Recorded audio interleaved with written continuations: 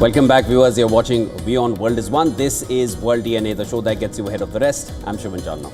And I'm Jones Nakaman. On the show today, President Donald Trump has called his meeting with Russian counterpart Putin in Alaska on Friday as a listening exercise. Meanwhile, Ukrainian President Zelensky says the meeting is a personal victory for Putin and warns it could delay further sanctions on Moscow. We'll be breaking down what this summit means, the global reaction, and what to watch out for on the show. Also on World DNA from West Asia, Israel's Prime Minister is once again calling to allow Palestinians to leave Gaza as the military readies a wider offensive. We'll take a closer look at Netanyahu's comments and the international backlash that it is expectedly causing and what this could mean for Gaza's future. Right here on World DNA, let's start with the headlines. Ukraine rules out withdrawing troops from its Donbas region as part of a peace deal with Russia after Donald Trump suggests both sides would have to cede territory. Zelensky says abandoning Donbas would open door for Putin to start a third war in Ukraine.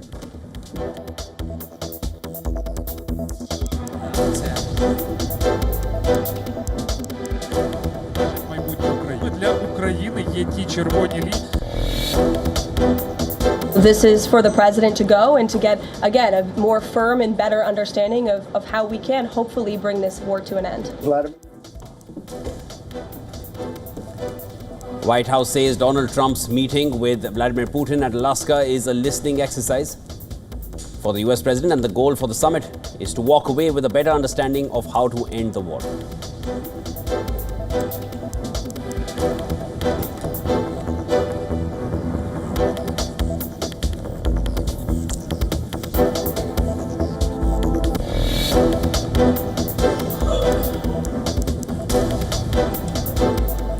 Russian President Vladimir Putin and North Korea's leader Kim Jong-un spoke by phone and vowed to strengthen cooperation days ahead of Putin's summit in Alaska with Donald Trump.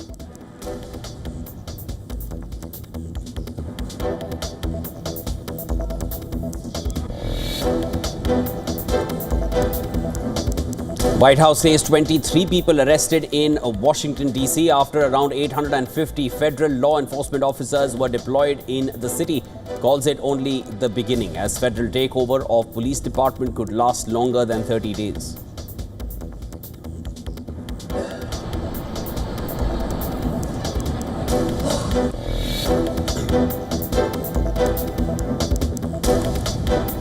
Benjamin Netanyahu revives calls to allow Palestinians to leave Gaza Strip as the military prepares a broader offensive in the territory. Defends his war policies in an interview with Israeli media.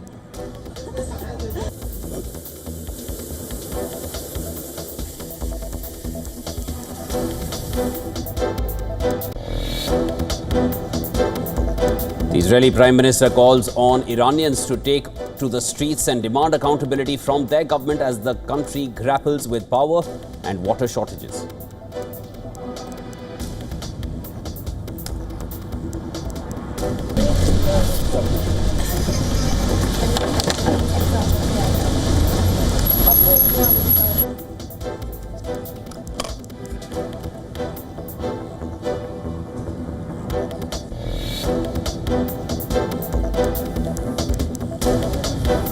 Chinese government says it has suspended all ties with Czech President Petr Pavel over his recent meeting with the Dalai Lama. Pavel met with the Tibetan leader on July 27 to congratulate him on his 90th birthday.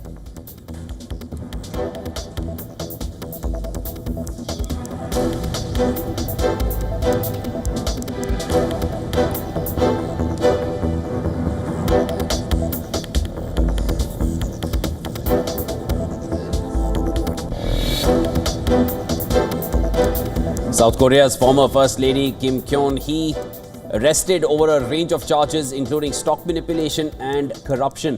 With the arrest, the country now has a former president and First Lady both behind bars.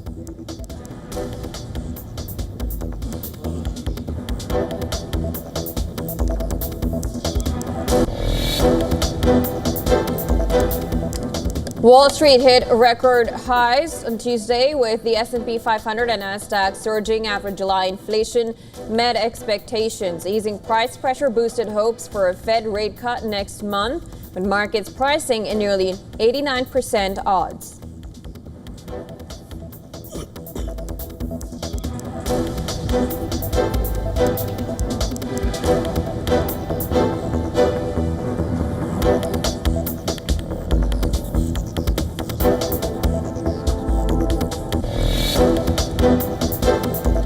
US sprinter Fred Curley has been provisionally suspended by the Athletics Integrity Unit for whereabouts failure. The Olympic medalist plans to contest the allegations.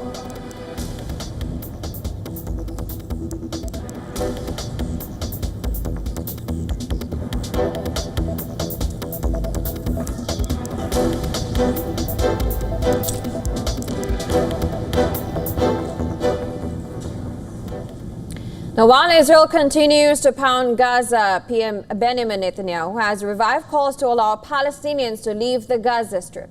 During an interview, Netanyahu stated that Israel would allow Palestinians to leave Gaza. This proposal has been met with skepticism as past suggestions to resettle Gazans outside the territory have been widely criticized. If they want, we will allow this first of all within Gaza during the fighting, and we will certainly allow them to leave Gaza as well. In addition to that, Netanyahu also hinted that ceasefire efforts in Gaza are now focused on a comprehensive deal that would release the remaining hostages all at once rather than in phases. I want them all, both the living and the dead. That's why we're going for this. And I'm not telling you that I won't be willing to discuss it. I want to bring everyone back as part of ending the war. Meanwhile, Israeli military released a video and claimed that it recently struck a group of militants in the Gaza Strip who were allegedly disguised as aid workers and used a car with the logo of the World Central Kitchen, an international charity. On the other hand, Al Jazeera has clarified that a recent Israeli military airstrike that has killed 4 of its journalists and 2 freelancers. But as the attack on the journalists' tent in Gaza City provoked international outrage and condemnation from journalist groups, US has refused to condemn Israel over the issue.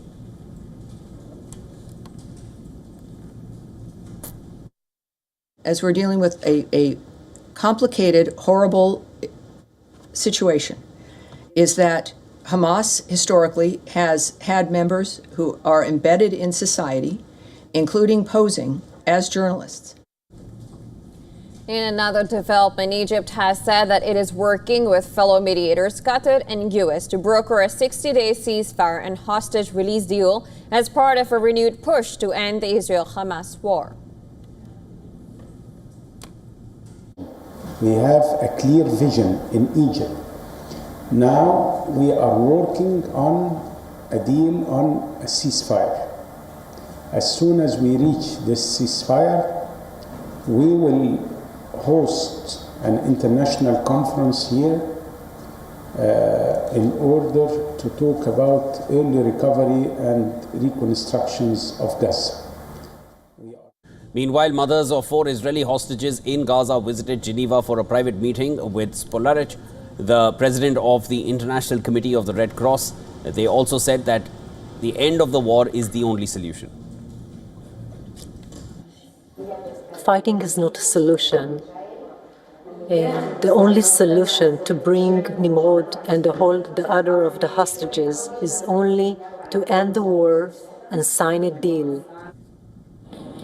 In Tel Aviv, Israeli protesters gathered outside a hotel where Gaza Humanitarian Foundation officials were staying. They demanded the organization to be dismantled and also condemned the daily Gaza hunger.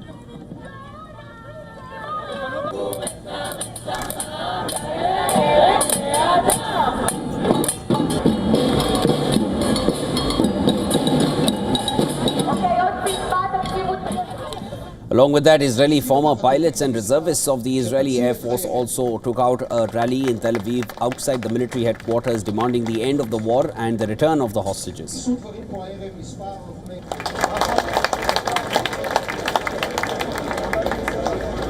חודש שלחימה וחיסול כל שדרת הפיקוד והשליטה. Russia and the United States are preparing for the high-stakes meeting on Friday in Alaska, one that would determine the outcome for a potential ceasefire in Ukraine. At least that's what Trump is hoping for. Right, and the White House has revealed both leaders aim to hold one-on-one discussions with the U.S. Secretary of State Marco Rubio and Russian FM Sergei Lavrov, working out the logistics. The White House Press Secretary Caroline Leavitt has downplayed the objectives of President Trump's upcoming meeting with the Russian president, describing it as a listening exercise for Trump. She said that Trump was very much engaged with the Ukrainians and allies in Europe, adding that he has respect for all parties involved. I think this is a listening exercise for the president. Look, only one party that's involved in this war is going to be present. And so this is for the president to go and to get, again, a more firm and better understanding of how we can hopefully bring this war to an end. The U.S. State Department has confirmed that U.S. Secretary of State Marco Rubio and Russian Foreign Minister Sergei Lavrov held a phone call to prepare for the upcoming summit in Anchorage, Alaska. Earlier, Rubio emphasized that meetings are not concessions for Trump, but rather opportunities for assessment, while Ukrainian President Volodymyr Zelensky viewed the meeting as a personal victory for Putin, who faced Western backlash since invading Ukraine in 2022. I can confirm for you that Secretary Marco Rubio spoke with Russian Foreign Minister Lavrov. We have that the fact that Sergei Lavrov, again, in a phone call with the Secretary, regarding preparation for the upcoming summit between President Donald Trump and Russian President Vladimir Putin, both sides confirmed their commitment to a successful event. I can also tell you that it was President Putin who called to make this arrangement as well. Ukrainian President Zelensky has expressed concerns that this summit without Ukraine's presence could force Ukraine into territorial concessions. He ruled out ceding eastern Donbas region as part of a peace deal after Trump suggested a land swap to end the war. Zelensky said abandoning Donbas would open the door for Putin to start a third war in Ukraine. As for the negotiations, in any case, they are important at the leadership level, but it is impossible to talk about Ukraine without Ukraine, and no one will accept that. So the conversation between Putin and Trump may be important for their bilateral track, but they cannot agree on anything about Ukraine without us. I truly believe and hope that the U.S. president understands and realizes that. While the world plays wait and watch ahead of Trump-Putin summit on ground, Russia is stepping up its offensive on the front lines in Ukraine's east. Zelensky claimed Russia was planning new ground assaults on at least 3 different areas to force Kiev to seek concessions.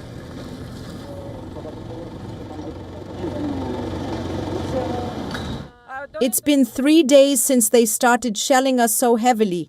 It was normal before. We were sitting there. It was quiet. Well, there were drones flying around. They shot them down and nothing happened. All right, shifting our focus, South Korea's former First Lady Kim Kyung-hee has been arrested over a range of charges, including stock manipulation and corruption. The arrest came hours after the Seoul Central District Court reviewed the prosecutor's arrest warrant request against the 52-year-old, further compounding her legal jeopardy with physical custody. The court granted the warrant, citing the risk of tampering with evidence. The charges against Kim include violations of capital market and financial investment laws, as well as political funds laws. She is also accused of interfering in the nomination process for MPs in her husband and former President Yoon Suk-yeol's party, which is a violation of election laws. Just last week, Kim underwent hours-long questioning by prosecutors who filed for her arrest warrant the following day. Controversy has long surrounded Kim, with lingering questions about her alleged role in stock manipulation. A video filmed in 2022 showing her accepting a Dior handbag from a self-proclaimed fan reignited public criticism. With the arrest, South Korea now has a former president and first lady both behind bars, the first such case in the nation's history. The arrest marks a dramatic fall for the ex-first couple after former President Yoon Suk-yeol's stunning martial law declaration on December 3rd, which saw fully armed soldiers deployed to parliament but was swiftly voted down by opposition MPs. Yoon was impeached and removed from office in April after his martial law declaration last year, prompting the South Korea to hold snap elections in June. He has been under arrest and in detention over his martial law declaration. Now, Yoon, as president, vetoed 3 special investigation bills passed by the opposition-controlled parliament that sought to probe the allegations against Kim, with the last veto issued in late November. A week later, Yoon declared martial law.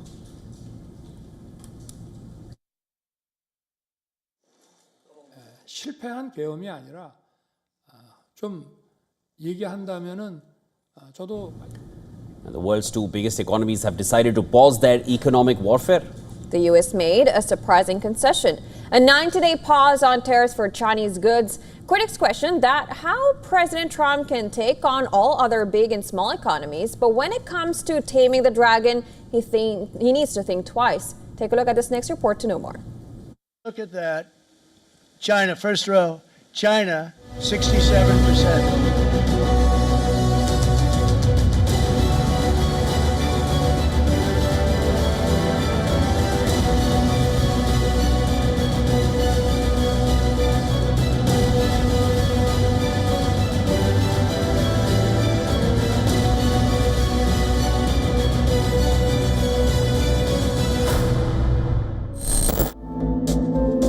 The trade war with China has been a defining feature of recent American foreign policy, a battle waged with tariffs and sanctions. It has been framed as a fight for American jobs and a necessary correction to decades of unfair trade practices. Yet, in a course reversal, the White House has hit the pause button, halting a tariff hike that W is poised to deliver a crushing blow. We'll see what happens. We've been dealing very nicely with China, as you probably have heard. They have tremendous tariffs that they're paying to the United States of America. And we'll see what happens. They've been dealing quite nicely. The relationship is very good with President Xi and myself. The complexity lies in the very fabric of the global economy, where America is inextricably linked to the dragon it seeks to tame. The Chinese economy is a behemoth, a colossal engine of production that the U.S. cannot simply detach from without risking a catastrophic self-inflicted wound. A full-scale tariff war is a two-way sword that harms American consumers and businesses as much as it does Beijing. Many experts are also pointing out how Trump going soft on China but playing hardball with India. Well, I think that India is very concerned about its relative position, and they're particularly concerned about what's going on with China. China is a bigger importer of oil, for example, than India from Russia. And yet that doesn't seem to have gone into the discussions thus far. And indeed, it seems that now President Trump is taking a softer line with China, trying to get some overall deal than he is with India, which is supposed to be a friend and ally as opposed to an adversary like China. U.S. dependency on Chinese goods, from electronics to rare earth minerals, critical for advanced technologies, means harsher tariffs risk unleashing painful inflationary shocks and supply chain upheaval at home. U.S. Vice President Vance calls it complicated. Well, the president said he's thinking about it, but he hasn't made any firm decisions. Obviously, the China issue is a little bit more complicated because our relationship with China, it affects a lot of other things that have nothing to do with the Russian situation. So the president's reviewing his options and, of course, going to make that decision when he decides. The world watches as the giants cautiously extend their tariff ceasefire, a prelude to a summit that could decide the future shape of global trade and power.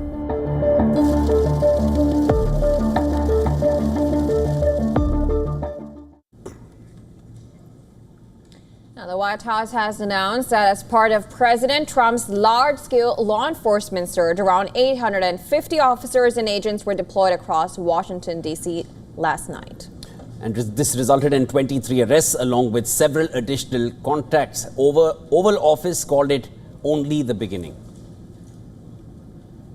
These arrests consisted of homicide, firearms offenses, possession with intent to distribute narcotics, fare evasion, lewd acts, stalking, possession of a high-capacity magazine, fleeing to elude in a vehicle, no permits, driving under the influence, reckless driving, and a bench warrant. A total of 6 illegal handguns were seized off of District of Columbia streets as part of last night's effort. White House press secretary also said that the federal control of D.C.'s police may last beyond 30 days, after which the administration will reassess before deciding next steps. As for the timing, we will reevaluate and reassess and make further decisions after this 30-day period is up. But within these 30 days, our entire focus is making sure that this is the most efficient operation possible and that we are removing as many criminals from the streets and we are cleaning up D.C. as best as we can and working with the Metropolitan Police Department to do that. The Guard members were seen arriving at the DC Armory, and this comes one day after the president announced that he would also take temporary control of the city's police department. Federal takeover of police department is allowed for up to 1 month. Beyond that, it will require congressional approval. This is only the beginning. Over the course of the next month, the Trump administration will relentlessly pursue and arrest every violent criminal in the district who breaks the law, undermines public safety, and endangers law-abiding Americans. President Trump will not be deterred by soft-on-crime Democrats and media activists who refuse to acknowledge this rampant violence on our streets. Washington, D.C. Mayor Muriel Bowser says that the city will aim to make the most of the increase in federal resources. And also framed Tuesday's deployment in a positive light, despite previously describing the move as unsettling and unprecedented. Take a listen. I'm focused on is the federal surge and how to make the most of the additional officer support that we have.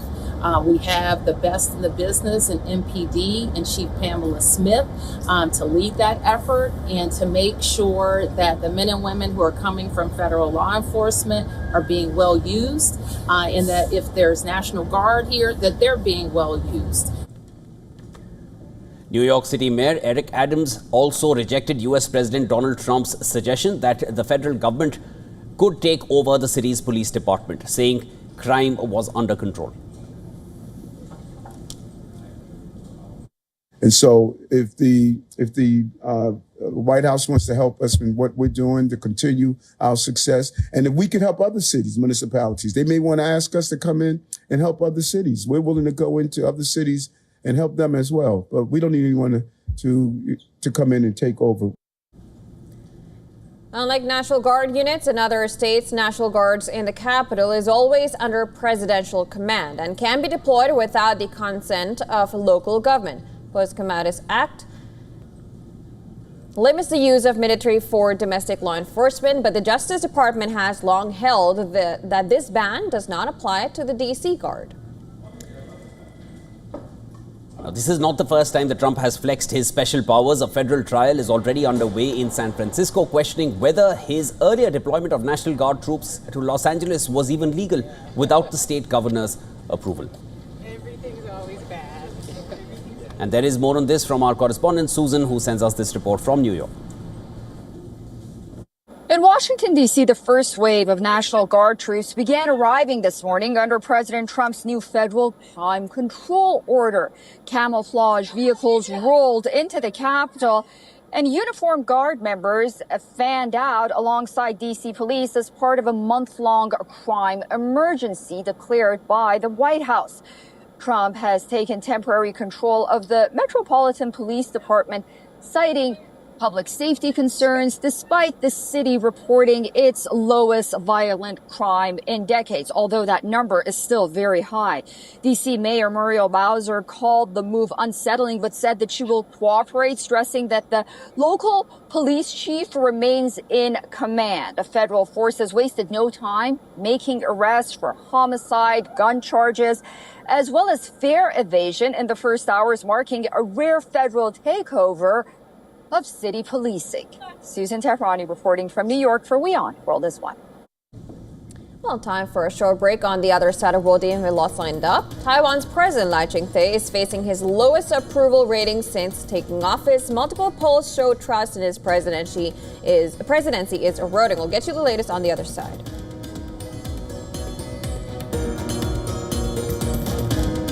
Donald Trump's tariffs are not only affecting the American consumers, but also small businesses. More details on the other side on that as well. This is World DNA. Stay with us.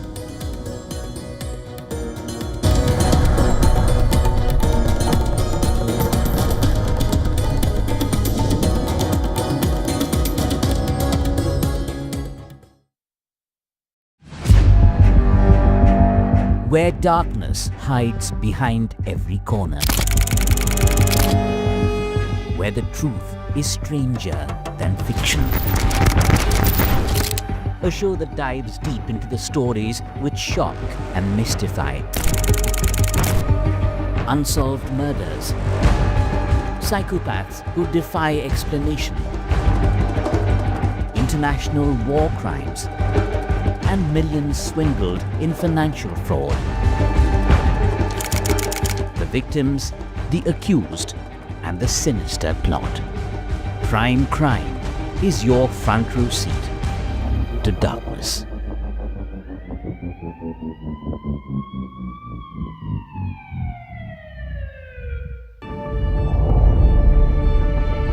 The Earth is sending distress signals.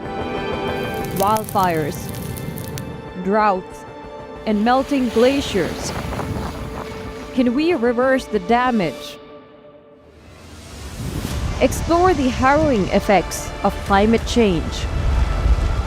It's a wake-up call. Global emergency. Climate Tracker on WION World is One. From the bustling trading floors of Wall Street to the vibrant exchanges of Asian stock markets, WION breaks it down for you to make sense of what's happening. As we reveal the key factors behind events, strategic battles, and the game-changing business decisions that shape the world. We bring you all of this and more on World Business Watch. WION, India's global voice, the channel that brings you the biggest stories from across the world through India's lens. Now available in more than 190 countries worldwide. Because we believe that the world is one. Watch us in Africa, Europe, USA and Canada, South America, Asia Pacific, Middle East and North African regions. Also available on these digital platforms across the world. WION. World is One.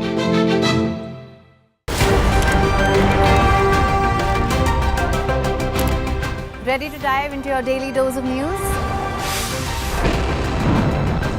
Bringing you what's trending in the West and all that's setting trends in the East. And all of this served up with a side of insightful banter. We don't just bring you the latest stories. We bring you your talking points for the day.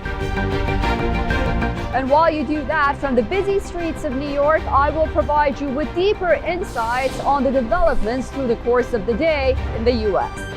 The show that keeps you ahead of the global curve. A conversation you'd want to be a part of. A place where news becomes an engaging exchange. We bring you stories that impact your present. This is World DNA.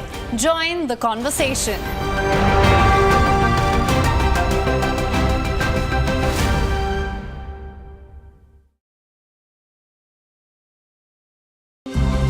To bring the benefits of the Subhash Chandra Show to your educational institution, teachers and students, send an invitation to Juhi Jha at juhi@such.org.in.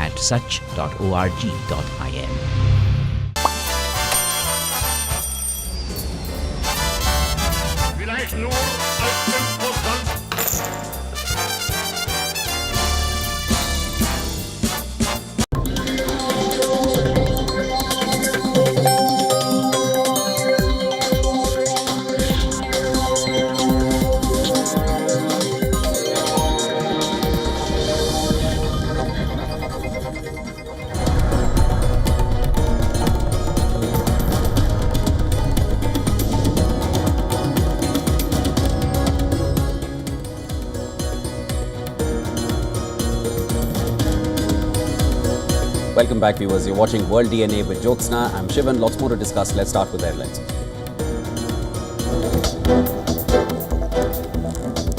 U.S. State Department says Washington's ties with India and Pakistan remains unchanged as diplomats are committed to both nations. Remark came after Pakistan Army Chief Asim Muni's recent visit to the U.S.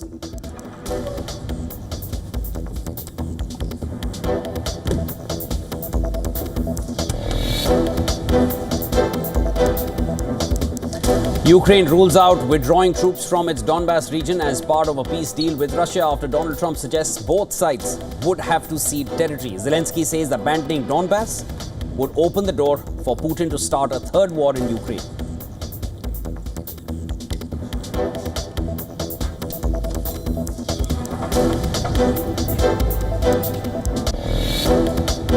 This is for the president to go and to get, again, a more firm and better understanding of how we can hopefully bring this war to an end. Vladimir, thank you very much. White House says Donald Trump's meeting with Vladimir Putin and Alaska is a listening exercise for the U.S. president, and the goal for the summit is to walk away with a better understanding of how to end the war.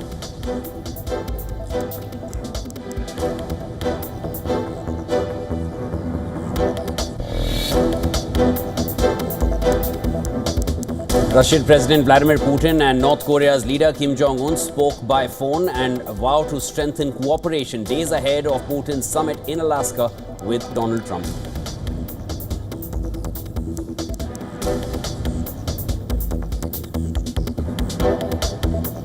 People arrested in Washington, D.C. after around 850 federal law enforcement officers were deployed in the city. Calls it only the beginning, as federal takeover of police department could last longer than 30 days.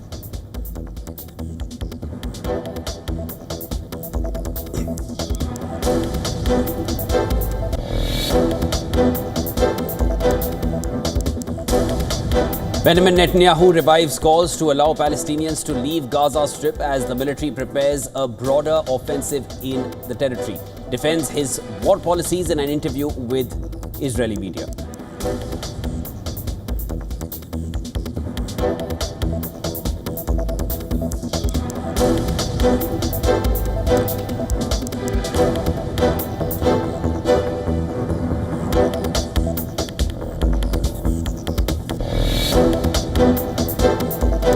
Israeli Prime Minister calls on Iranians to take to the streets and demand accountability from their government as the country grapples with power and water shortages.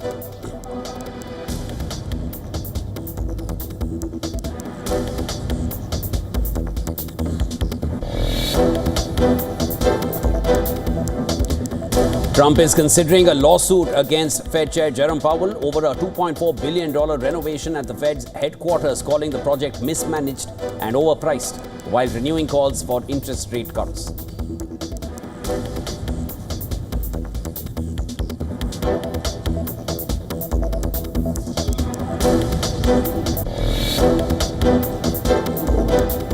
U.S. sprinter Fred Curley has been provisionally suspended by the Athletics Integrity Unit for whereabouts failure. The Olympic medalist plans to contest the allegations.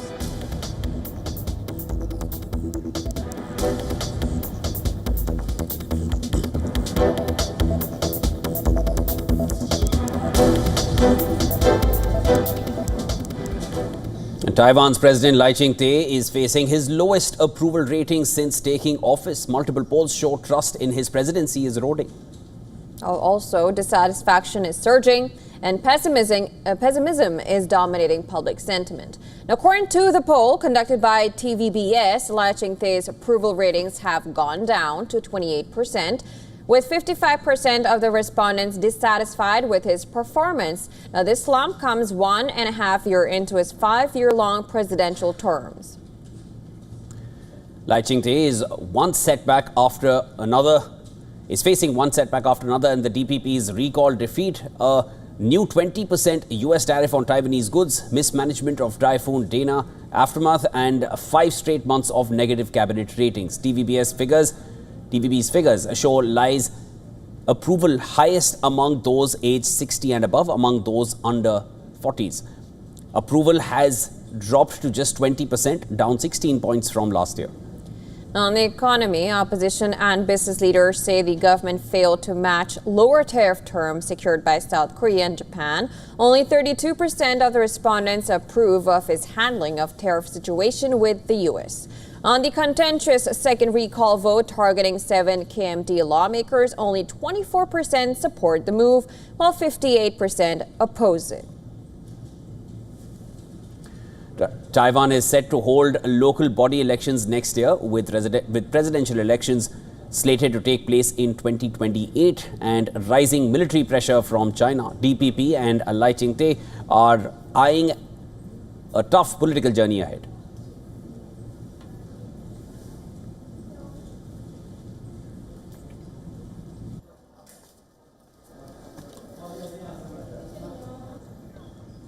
And a significant ruling that can impact millions of voters, India's apex court has agreed with the Election Commission that an Aadhaar card alone cannot prove citizenship. And the decision comes amid a fierce legal and political battle over voter lists revision in the poll-bound state of Bihar. The Supreme Court bench said that Section 9 of the Aadhaar Act makes it clear that Aadhaar is not a conclusive proof of citizenship and that it must be verified further using other documents. As of June 2025, over 142 crore Indians have Aadhaar cards, and that is way beyond any other documents that Indians possess. It is used by over 150 entities, including government ministries, for facial recognition. In the month of July itself, Aadhaar facial authentications hit a record 19.36 crore transactions. A senior lawyer, Kapis Ibu, arguing for the petitioners, warned that the process could lead to mass deletions from the voter list, especially for those who cannot submit new forms. Sibu claimed the ECI removed 6.5 million names without surveys on deaths or migration. The top court remarked that if ECI does not have the power to list documents for voter registration, everything ends. But if they have that power, there can't be a problem. The Election Commission says that it is acting under Article 324 of the Constitution. It argues that the revision is needed because the roles have not been thoroughly updated in nearly 20 years. Migration, immigration and demographic changes have left the voter list outdated.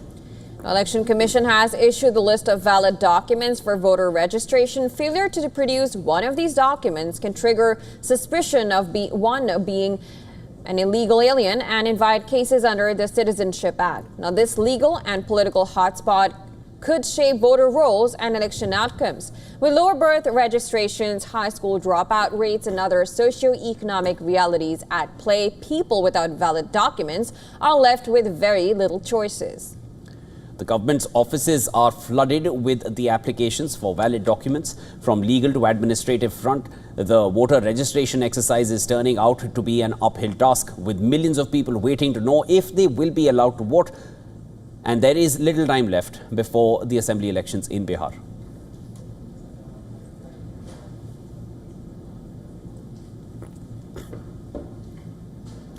And it was a dramatic show inside India's Parliament House complex. Several opposition MPs wore T-shirts with Minta Devi and her picture on the front.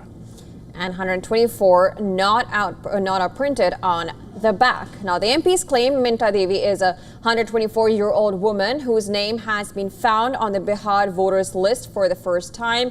Opposition leaders including Rahul Gandhi, Priyanka Gandhi Vadra and Mallikarjun Kharge says there are unlimited cases of fake details, including bogus addresses and relative names. They call it vote theft, an attempt to remove legitimate voters before polling day. Responding to this, 35-year-old Minta Devi said that opposition leaders don't have the right to use her name and her face. तो मेरे कौन होते हैं? प्रियंका गांधी या राहुल गांधी मेरे कौन होते हैं? उनको अधिकार किसने दिया कि मेरे नाम का टी शर्ट, मेरे तस्वीर का फोटो लगा कर टी शर्ट पहने? क्यों कारण क्या है? कौन होते हैं? उनको अधिकार दिया किसने? Election Commission officials have dismissed the allegation, saying Minta Devi's age was entered wrong in her application form. They defended the special intensive revision, saying many non-eligible voters have obtained cards since the last in 2004, and others hold multiple cards across constituencies. Now, the Commission says that no political party has officially asked for names to be added or removed from the draft roll. So far, 10,570. Let me repeat that, 10,570 individual forms have been filed to include names. Window to submit claims and objections is open only until 1st of September. With the Assembly elections just months away, the Minta Devi controversy is shaping the political narrative, pitting opposition allegations of voter fraud against the Election Commission's push to clean up the list.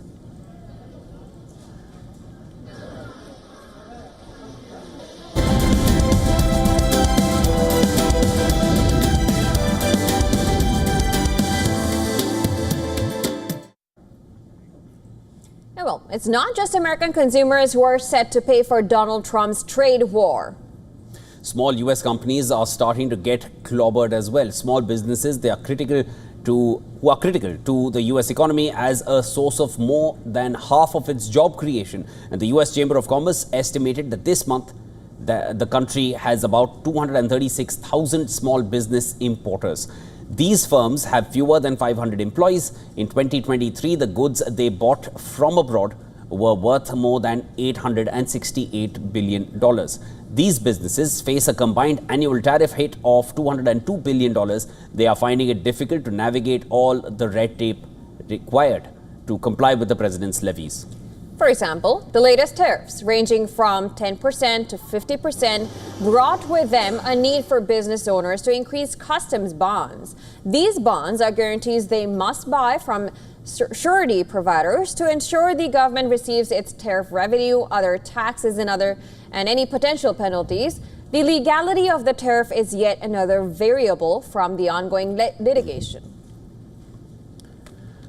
Erin Williamson of Geodis, a leading global logistics firm, said, I quote here, big firms often have in-house resources to handle additional bureaucratic hurdles, but compliance and forecasting are where the smaller companies are really struggling. They may not have that internal compliance group or the infrastructure to really sit back and say, okay, this is going to be the impact to US. How do we pivot?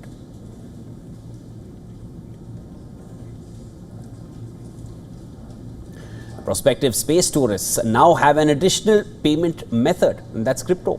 Now, Blue Origin and Shift4 partnership allows a space exploration company to accept cryptocurrencies payments. Jeff Bezos' space exploration company, Blue Origin, has announced that it now accepts cryptocurrency payments for its commercial space flights. The company is partnering with Shift4 Payments, a payment processing technology firm, to allow customers to book a trip to the stars using digital currencies. The new payment option is available immediately for all upcoming New Shepard rocket bookings.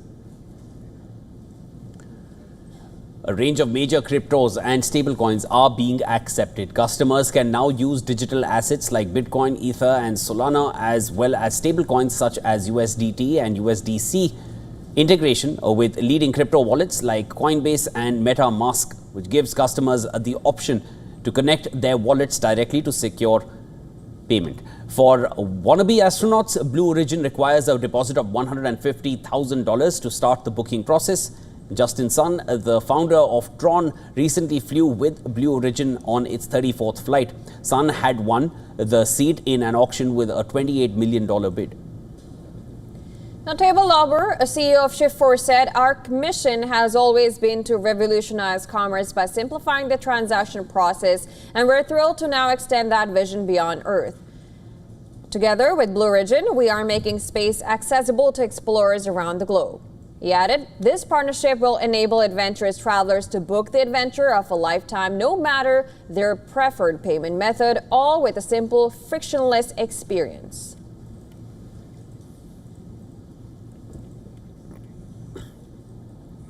A spectacular nightly drone light show is charming visitors at Shanghai's Wild Animal Park. Hundreds of drones swarm the night skies, offering a dazzling aerial feast of light and shadow. More in these next visuals. Take a look.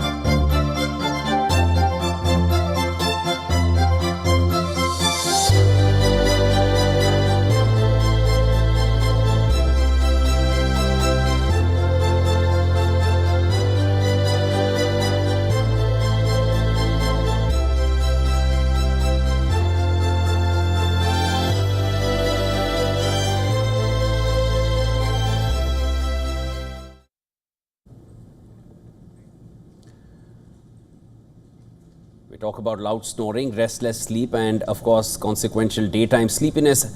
And around 1 billion people around the world suffer from sleep apnea. Now, this is a common sleep disorder where breathing starts and stops repeatedly during sleep. A new study says the remedy is just a conch away. Well, blowing a conch can help you sleep better, feel more alert during the day, and have fewer breathing interruptions at night. This is as per a study by the Eternal Heart Care Center and Research Institute in India. A conch is a spiral-shaped shell, and conch blowing is an ancient practice in India that involves breathing in deeply and exhaling into the shell. Now, the trial involved 30 people suffering from obstructive sleep apnea or OSA, and the trials found that those who had practiced shunk blowing were 34% less sleepy during the day. They also had higher blood oxygen levels during the night and 4 to 5 fewer OSA episodes an hour on average. A larger trial involving several hospitals is now being planned.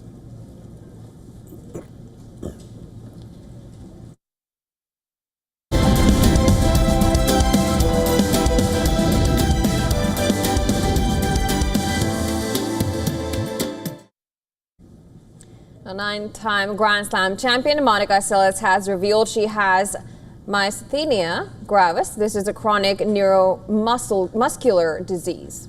The 51-year-old said that she first noticed symptoms while swinging a tennis racket, something she had done countless times during and after her professional career.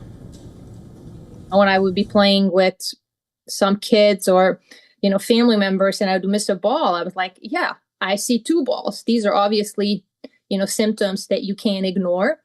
And for me, this is when this journey started. And it took me, quite some time to really absorb it, speak openly about it, because it's a difficult one. It affects my day-to-day life quite a lot.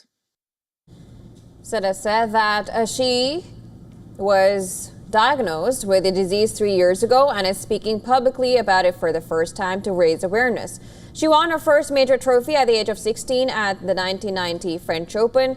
Her career was abruptly disrupted in 1993 when she was stabbed on court during a match in Germany by a man who identified himself as a fan of the then world number 2 Steffi Graf. At the time, Seles was the world number 1. The attack forced her out of the sport for more than 2 years. Despite numerous setbacks, Seles says she remains determined to keep moving forward. My first hard reset when I came to the U.S. as a young 13-year-old, didn't speak the language, left my family. And it's a, very tough time. Then obviously becoming a great player, it's a reset too, because the fame, money, the attention changes. And it's hard as a 16-year-old to deal with all that. And then obviously my stabbing had to do a huge reset. And then really being diagnosed with myasthenia gravis, another reset. But one thing, as I tell kids that I mentor, you got to always adjust. South Africa's Devil Brevis produced one of the greatest T20I innings in recent memory to guide the Proteas to a series-leveling victory over Australia. Brevis scored South Africa's highest score in the 20-over format with the unbeaten 125 off just 56 balls. Brevis, who plays for Chennai Super Kings in the IPL, put on a stunning performance in Darwin. Hosts Australia won the toss and opted to field first. They, in fact, entered the contest on a 9-match winning run in the T20Is, but Brevis almost single-handedly ensured that the streak came to an end. He hit 12 fours and 8 sixes in a magnificent innings. Brevis was dropped on 56 and went on to punish the Australians by completing his century of just 41 deliveries. He broke a number of records on his way to an unbeaten 125. Apart from the highest individual score by a South African in the format, the 22-year-old also becomes the youngest from the country to score a T20I 100. His extraordinary innings took South Africa to 218 for 7. Australia struggled in their chase and were bowled out for 165, giving the visitors a 53-run victory. And that knock prompted comparisons to South African legend A.B. de Villiers, who himself hailed Brevis after the innings. De Villiers highlighted the fact that no IPL team had selected Brevis during the auction, and it was only midway through the season that Chennai Super Kings acquired him as an injury replacement.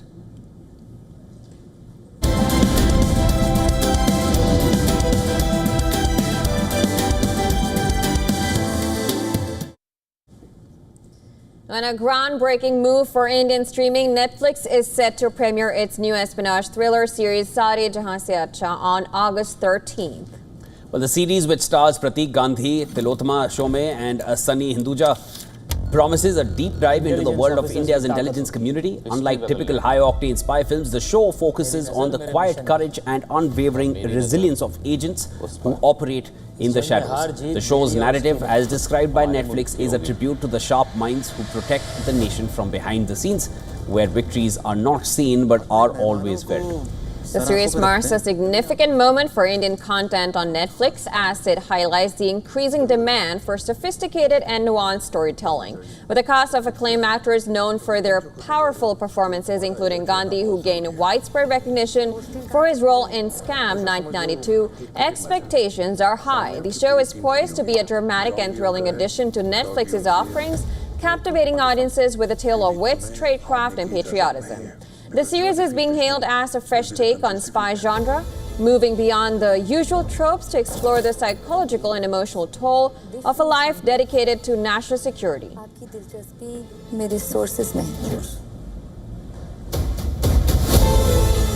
हमें nuclear Intel चाहिए किसी भी हाल में। तुझे खबर नहीं है मुर्तज़ा ना उसकी कुत्ते की जैसी नाक है।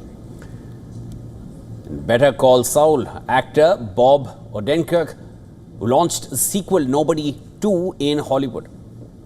Now, it of course stars returning as Hutch Mansell, a mild-mannered family man who had a former career as the assassin known as Nobody. More about it in the next story.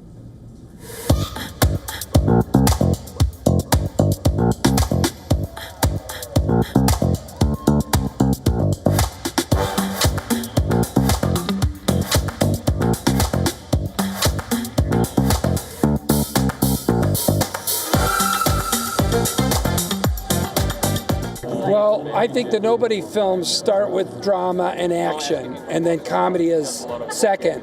There's more comedy in Nobody 2 than in Nobody 1.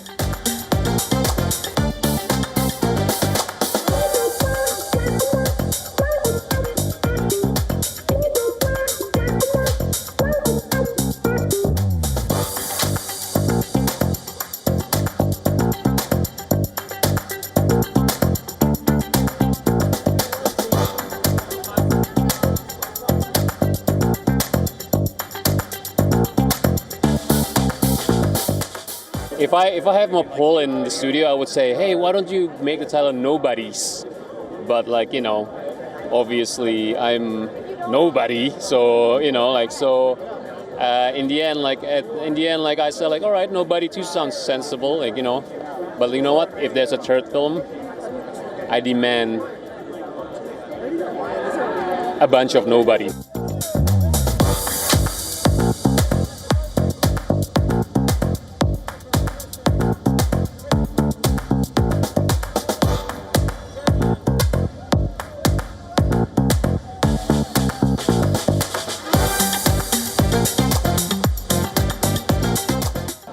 When a villain is being a villain, there is no predicting the next thing at all. That's the thing about being a villain.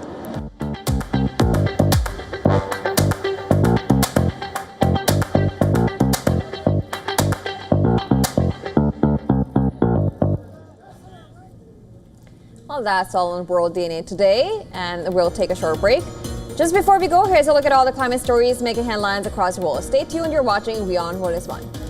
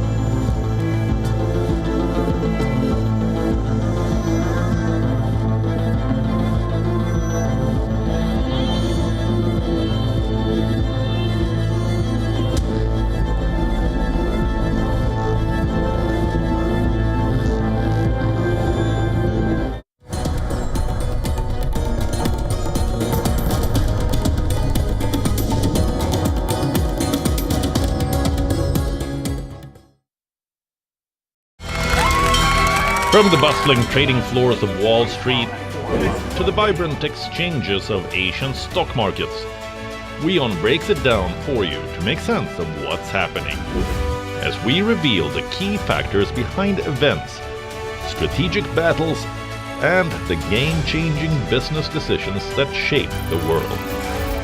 We bring you all of this and more on World Business Watch. WION, India's global voice, the channel that brings you the biggest stories from across the world through India's lens. Now available in more than 190 countries worldwide. Because we believe that the world is one. Watch us in Africa, Europe, USA and Canada, South America, Asia Pacific, Middle East and North African regions. Also available on these digital platforms across the world. WION. World is one. The Earth is sending distress signals. Wildfires, droughts, and melting glaciers. Can we reverse the damage? Explore the harrowing effects of climate change. It's a wake-up call. Global emergency. Climate Tracker on WION World is One.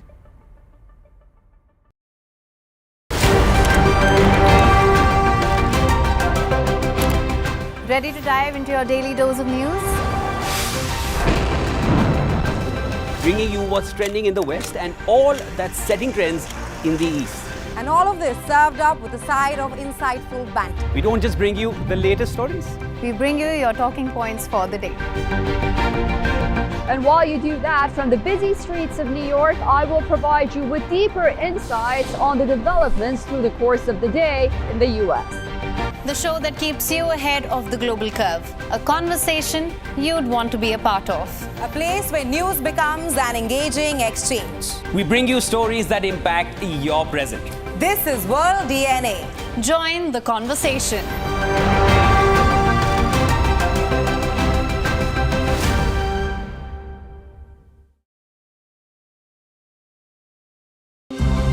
To bring the benefits of the Subhash Chandra Show to your educational institution, teachers and students, send an invitation to Juhi Jha at juhi@such.org.in.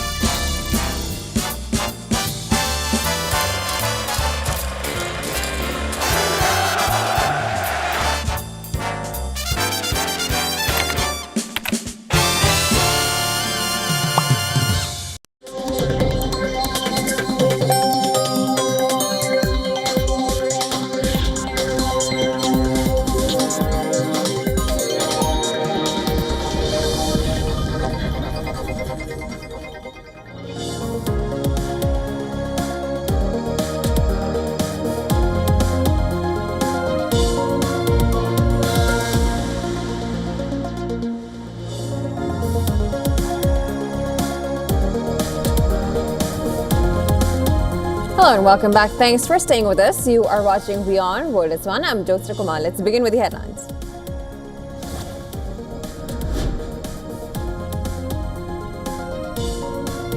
Israeli military says it's dropped a group of militants in Gaza Strip who were disguised as aid workers and used a car with the logo of World Central Kitchen.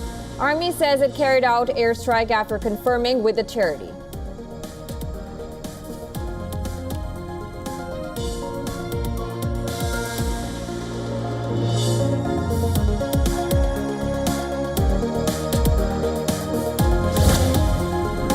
I think that for the region and for the world, the United States working with both those nations is good news and will promote a future that's beneficial.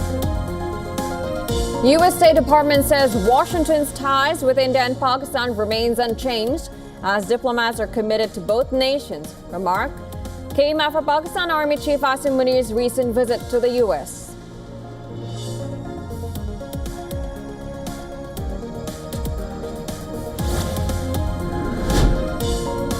Ukraine rules out withdrawing troops from its Donbas region as part of a peace deal with Russia after Donald Trump suggests both sides would have to cede territory. Zelensky says abandoning Donbas would open door for Putin to start a third war in Ukraine.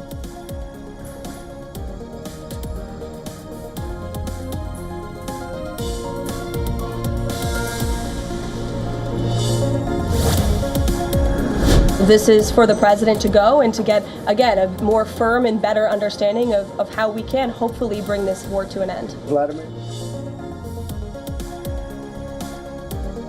White House says Donald Trump's meeting with Vladimir Putin in Alaska is a listening exercise for the U.S. president, and the goal for the summit is to walk away with a better understanding of how to end the war.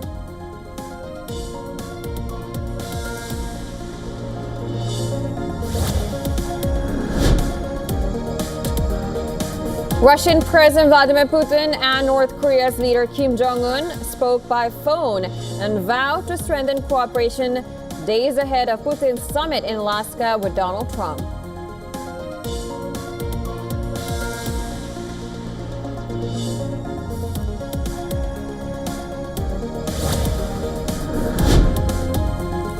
White House says 23 people arrested in Washington, D.C. after around 850 federal law enforcement officers were deployed in the city, calls it only the beginning as federal takeover of police department could last longer than 30